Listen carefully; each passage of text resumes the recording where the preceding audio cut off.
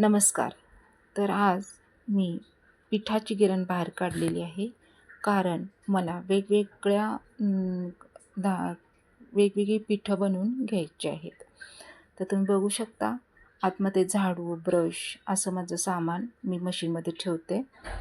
तर हे सगळं मशीनचं सामान त्यामध्येच मी ठेवते. तर ही आता मशीन मी साफ करून घेते पूर्ण.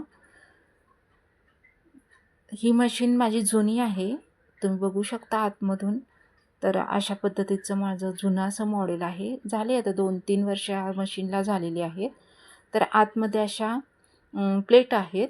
तर या प्लेट आपल्याला पिठानुसार किंवा कोणत्या साईजचं कसं पीठ हवं आहे त्यानुसार आपल्याला लावायचं असतं. तर सध्या मी मोठं साईजचं लावते आहे, कारण का मला डाळीचं पीठ जाडं भरडं हवं आहे. म्हणून मी मोठ्या साईजचं लावून घेते. हा नॉब आहे साईडला. तर प्लेट बसून हा नॉब आपला घट्ट असा बंद करून घ्यायचा आहे. रिंग असते त्यालाही कापड लावून घ्यायचं.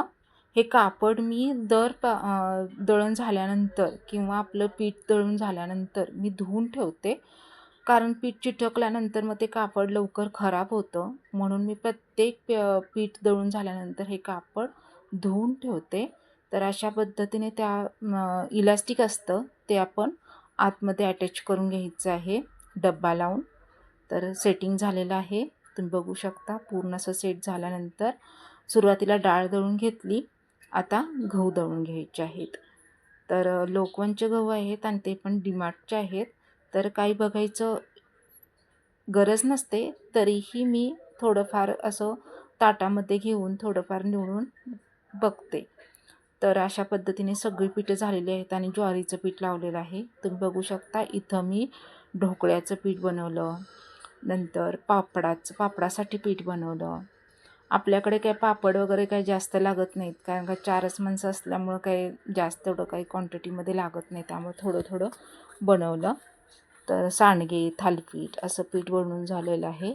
आणि आता हे गव्हाचं पीठ मी जाडं भरडं दळलेलं आहे, कारण गव्हाचे लाडू किंवा आपलं खीर बनवण्यासाठी कामाला येतं.